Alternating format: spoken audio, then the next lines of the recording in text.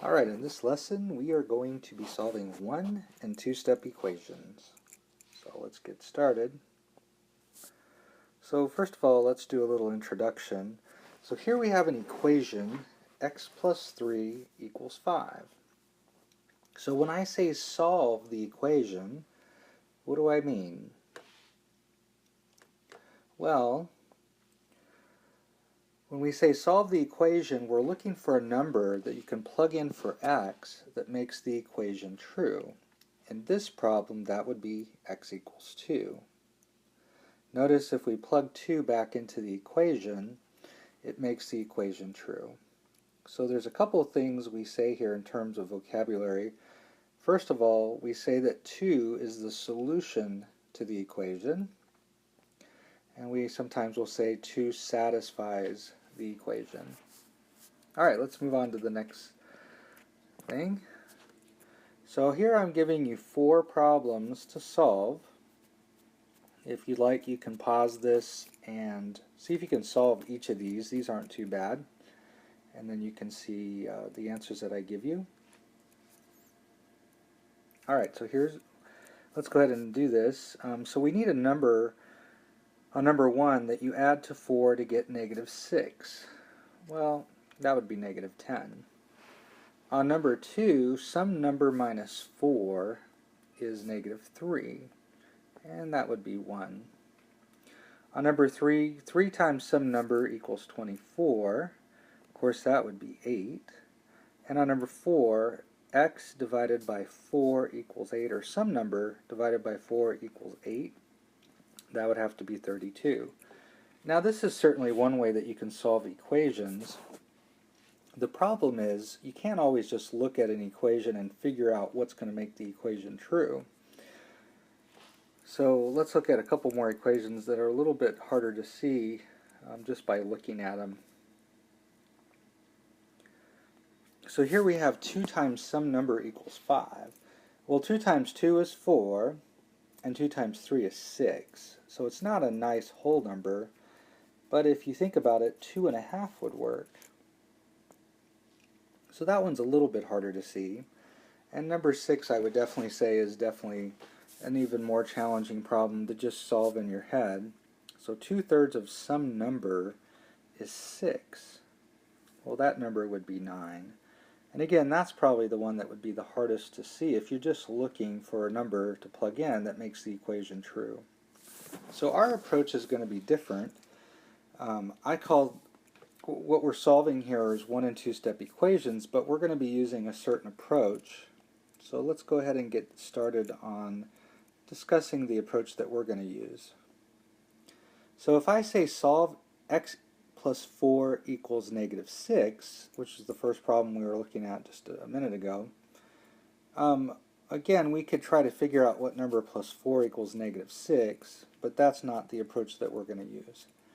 We really need to have some good equation solving skills so that as equations get harder, we'll have the skills that we need to solve them. So in this approach that we're going to use, first of all, the goal is going to be to isolate x on one side. Now in this problem, x is our variable. It doesn't have to be x, it could be any other variable. The other way we could say this is we want to get x by itself, or we want to get the variable by itself. So when I see this problem, I'm not asking myself what plus 4 is negative 6. I'm thinking, how can I get x by itself? How can I get rid of that 4? Now when we use this approach, we're going to use 2 principles to guide us. The first one is whatever you do to one side, add, subtract, multiply, or divide, must be done to the other side. So if you add a number to one side, you got to make sure you add it to the other side. And it's true for all the operations here, adding, subtracting, multiplying, and dividing. And then the other principle is we're going to use what I call the rule of opposites. Alright, so in this problem, we want to get rid of the 4. And we have x plus 4. The opposite of adding 4 would be subtracting 4. And so we're going to subtract 4 from both sides. Now when we do that, on the left side, we're going to get the 4 and the minus 4 to cancel, which is what we were trying to do. So we do now have x by itself. And on the other side, we have negative 6 minus 4, which is negative 10. And so by subtracting 4 to each side of the equation, we get x by itself, and we get our solution. So let's go back and redo the problems that we did a minute ago, a few minutes ago.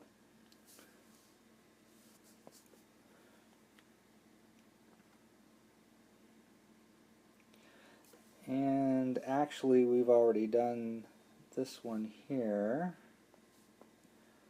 Let me just write it down real quick. We said that x was negative 10. Alright, so on number 2, we're trying to get x by itself, and we've got the minus 4 there. So we need to do the opposite of subtracting 4, which of course would be adding 4. So we're going to add 4 to each side. On the right, we get x by itself, which is what we wanted to do. Hold on just a second. So we got x by itself, because our 4 is canceled. And a negative 3 and a plus 4 give us 1. Let's go to number 3. On number 3, we have something times 3, or 3 times some number is equal to 24. So be careful here. Sometimes students will subtract 3 on both sides, but 3x minus 3, they're not even like terms. We can't do that. Just remember our rule of opposites. The opposite of multiplying by 3, which is what 3x means, is dividing by 3. So we'll actually use the fraction bar to do this. We get 3 divided by 3 times x. That's just 1x or x. So we're going to get x equals, on the other side, 24 divided by 3 is 8. Alright, and on number 4, we have to get rid of that 8. Well, remember, a fraction is a way to write a division problem. This on the left is x divided by 8. The opposite of dividing by 8 is multiplying by 8. Notice when I do that, I'm going to get the x that I was expecting to get by itself. Of course, whatever I do to one side, I have to do to the other side.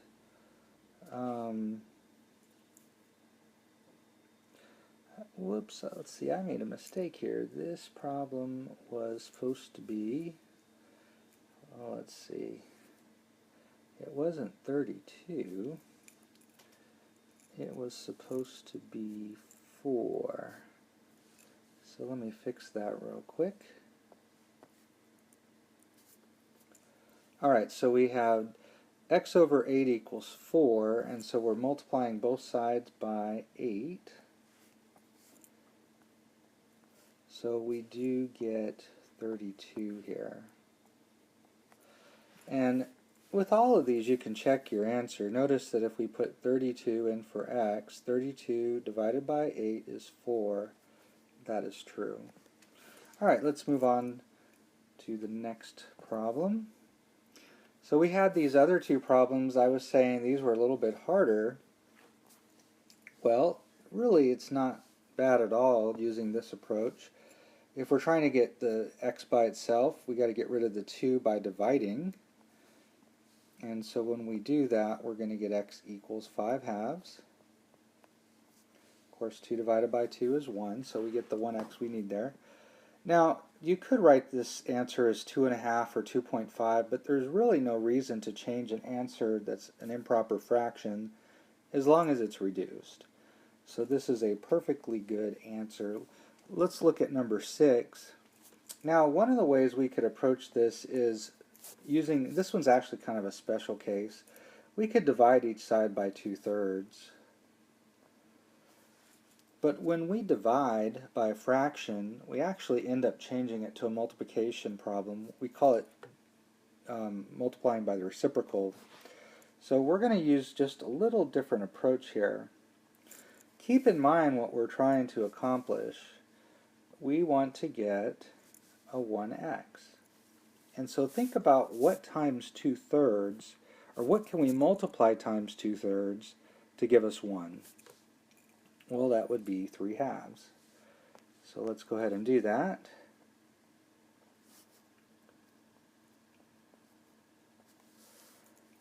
And so we get 1 on the left, or 1x, and on the other side you're going to have 18 over 2. We're going to get 9 here. And that's our answer, x equals 9. 18 over 2 is 9. Alright, let's move on to the next page. So these are a little bit harder,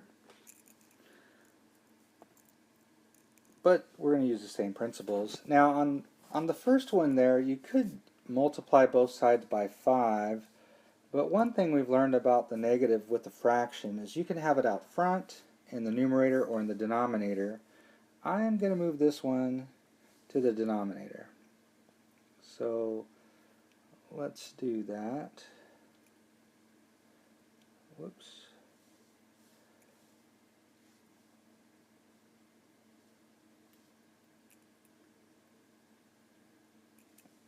Hold on just a second here.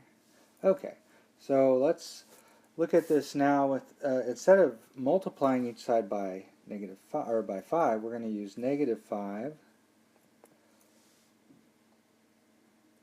because that's the opposite of dividing by -5, which is what we have here, x divided by -5. So we'll multiply the other side by -5, and so we're going to get x equals -50. Now keep in mind, if you want to try these problems first, you can always stop the video and then look at the explanation here. Alright, let's move on to number 8. In number 8, we need to get rid of the -3, so let's divide by -3 on each side. Because it's -3 times x, the opposite would be dividing by -3.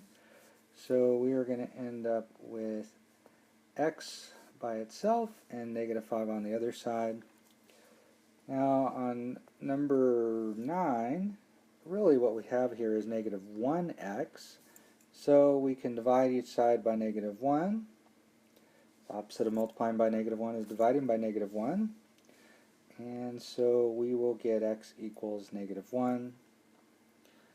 And oh, it looks like I have the same problem we did earlier on number 10. Let me fix that. Let's make it a different problem. How about x divided by 6 equals 2?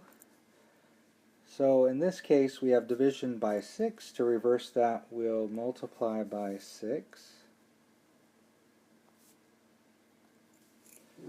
And we are going to get x equals 12. Alright, so that's one-step equations. We're going to move on to two-step equations, but I think we're going to have to do that in a separate video, so we're going to go ahead and stop right here.